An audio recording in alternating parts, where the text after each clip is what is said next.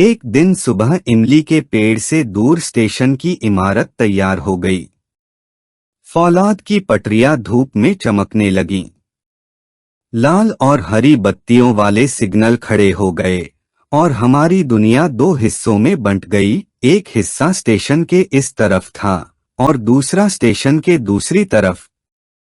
सारी तैयारियां मुकम्मल हो गई थीं। फुर्सत के वक्त हम लोग आधी मील दूर पुलिया तक रेलवे लाइन के साथ साथ चलते और अपने स्टेशन के प्लेटफार्म पर चहलकदमी करते। स्टेशन के अहाते में गुलमोहर का एक पौधा लगाया गया था। हम लोग बरामदे में जाकर स्टेशन मास्टर के कमरे में झांक कर देखते। एक दिन हम सब लोगों को छुट्टी दी गई। लोग कह रहे थे, आज हमारे शहर में ट्रेन आएगी। स्टेशन को झंडियों और बंदनवारों से सजाया गया था। शहनाई और बैंड बाजे बज रहे थे।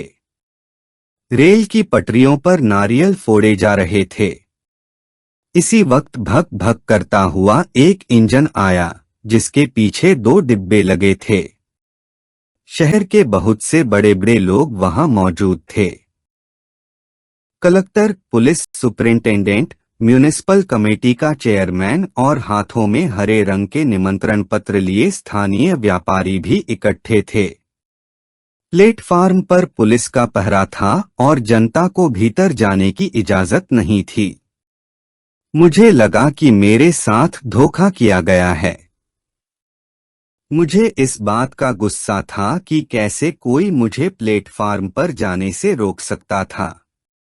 प्लेटफार्म के सबसे परंगले सिरे की रेलिंग में से निकलकर मैं भी इंजन का स्वागत करने वालों की भीड़ में शामिल हो गया। शायद मैं इतना छोटा था कि मेरी तरफ किसी का ध्यान न गया। बरामदे में मेजें सजाई गई थीं, जिनके गिर्द बैठे अफसर लोग जलपान कर रहे थे। इसके बाद कुछ लोगों ने खड़े होकर लेक्चर दिया। पूरे लेक्चर में सिर्फ मालगाड़ी शब्द मेरे पल्ले पड़ रहा था।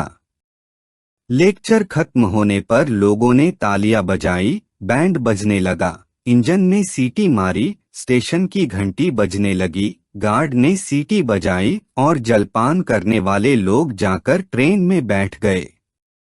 मैं भी उनके पीछे जाना चाहता था, लेकिन पुलिस वालों ने मुझे रोक दिया। ट्रेन चलने लगी और जल्दी ही आंखों से ओझल हो गई। बाहर खड़ी भीड़ को अब प्लेटफार्म पर आने की इजाजत मिल गई।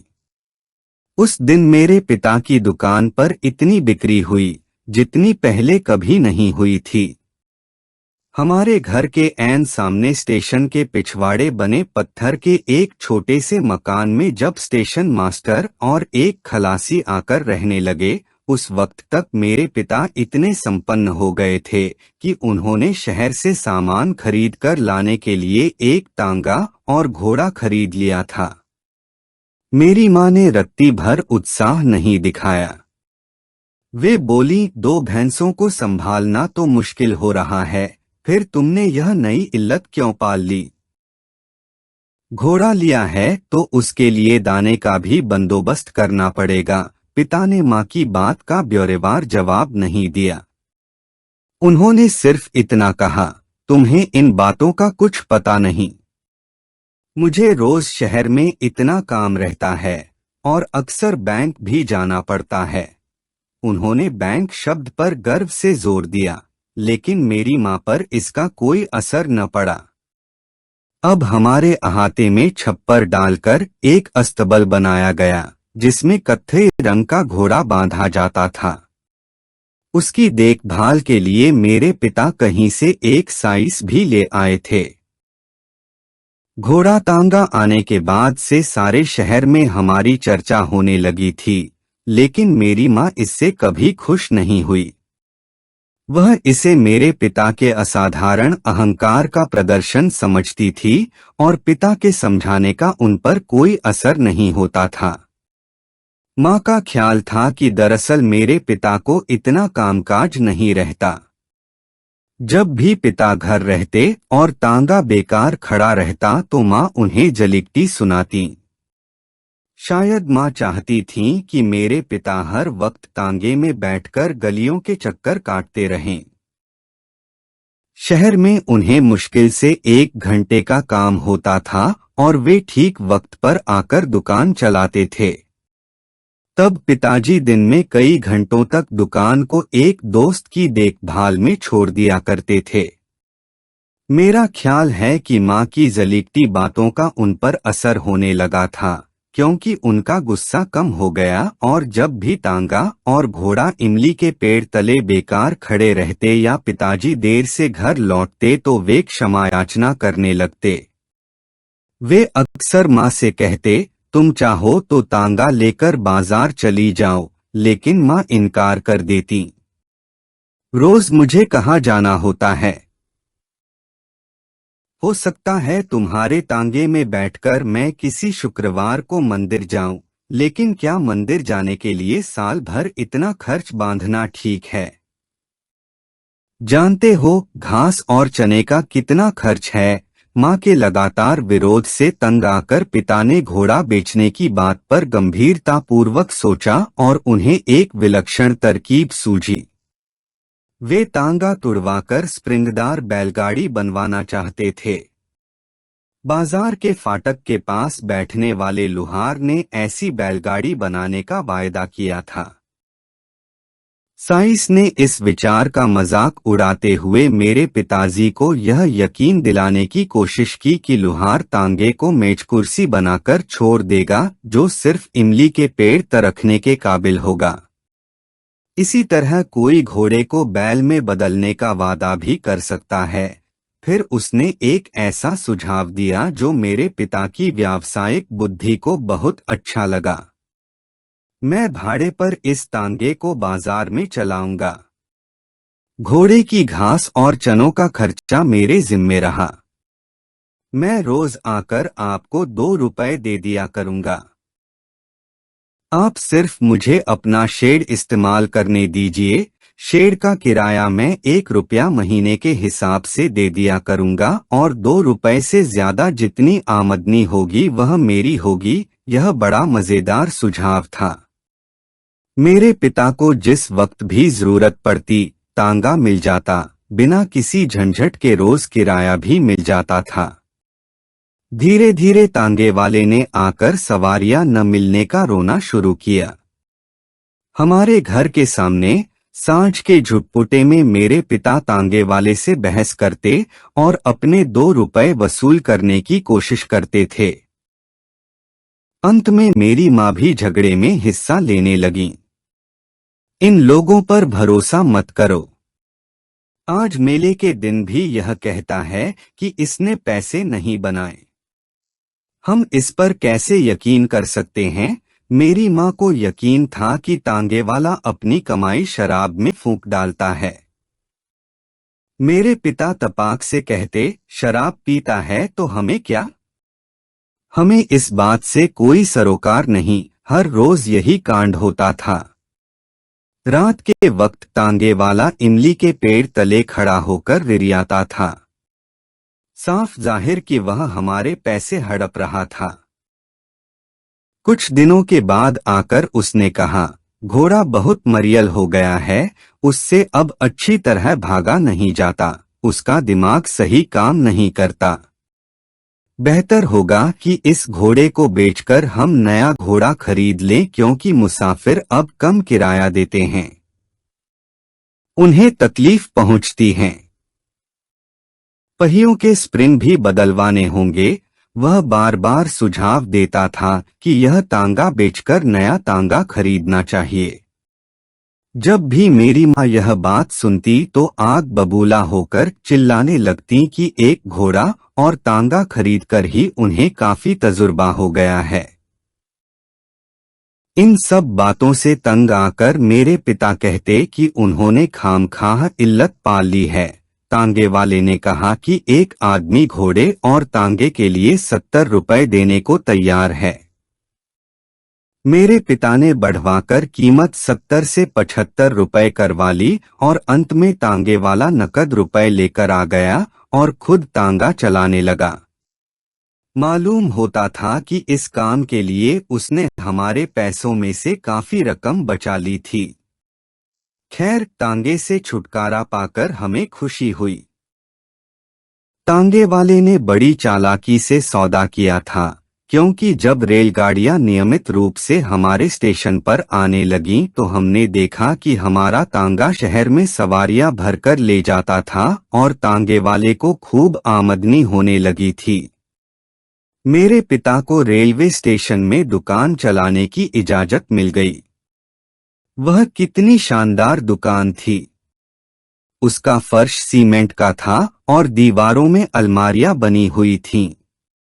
इस दुकान में इतनी जगह थी कि जब मेरे पिता झोंपड़ी की पुरानी दुकान का सारा सामान वहां ले गए तो भी मुश्किल से 1/4 जगह भर सकी।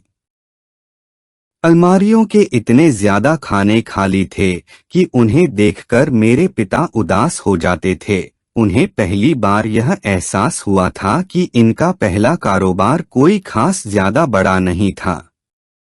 मेरी माँ भी नई दुकान को देखने आई थी और बोली, बस इतने से सामान के बूते पर तुम मोटर कार और न जाने क्या क्या खरीदने चले थे। मेरे पिता ने कभी भी मोटर कार खरीदने का इरादा नहीं प्रकट किया था, लेकिन उनसे झगड़ा करने में माँ को मजा आता था। बापू ने क्षीण स्वर में कहा, क्यों अब उन पुरानी बातों को बीच में घसीट रही हो? वे सारी स्थिति पर गौर कर रहे थे। इस जगह को भरने के लिए मुझे कम से कम 500 रुपए का सामान खरीदना पड़ेगा। बूढ़ा स्टेशन मास्टर, जो सिर पर हरी पगड़ी बांधे रहता था और चांदी की कमानी वाला चश्मा पहनता था, दुकान का निरीक्षण करने आया। मेरे पिता ने स्टेशन मास्टर के प्रति आदरपूर्ण रुख अपनाया। उसके पीछे नीली कमीज और पगड़ी पहने कड़िया खलासी खड़ा था। मेरी माँ विनीत भाव से भीतर घर में चली गई। स्टेशन मास्टर सिर तिरछा करके दूरी से इस तरह दुकान को देखने लगा, जैसे कोई कलाकार किसी कलाकृति को देख रहा हो। वफादार खलासी भी स्टेशन मास्टर की हर बात का समर्थन करने के लिए तैयार हो गया। स्टेशन मास्टर ने कहा, यह सारी जगह सामान से भर जानी चाहिए, वरना एटीएस आकर तरह तरह के सवाल पूछेगा और हमारे सभी मामलों में दखल देगा। तुम्हें यह दुकान दिलाने में बड़ी परेशानी उठानी पड़ी थी। मेरे पिता मुझे दुकान में बैठाकर सामान खरीदने के लिए शहर चले गए। स्टेशन मास्टर ने सलाह दी थी, बहुत ज्यादा चावल और वैसी चीजों की नुमाइश की यहाँ जरूरत नहीं है। दूसरी दुकान में ये चीजें रखी जा सकती हैं। सफर के दौरान मुसाफिर इमली और दालों की मांग नहीं करेंगे। मेरे पिता ने स्टेशन मास्टर की हिदायतों का पूरी तरह से पालन किया। अब वह मेरे पिता की नजरों में ईश्वर बन गया था और मेरे पिता खुशी खुशी उसके हर हुक्म को बजा लाते थे। अब स्टेशन वाली दुकान में कीलों से केलों के बड़े बड़े गुच्छे लटकने लगे। मेंपू संतरे, बड़े बड़े बर्तनों में तली चीजें, बोतलों में पिपरमिंट की रंगीन गोलियां, मिठाइयां, डबल रोटियां और बंस दिखाई देने लगे। चीजों को इतने आकर्षक ढंग से सजाया गया था कि देखते ही भूख लगने लगती थी।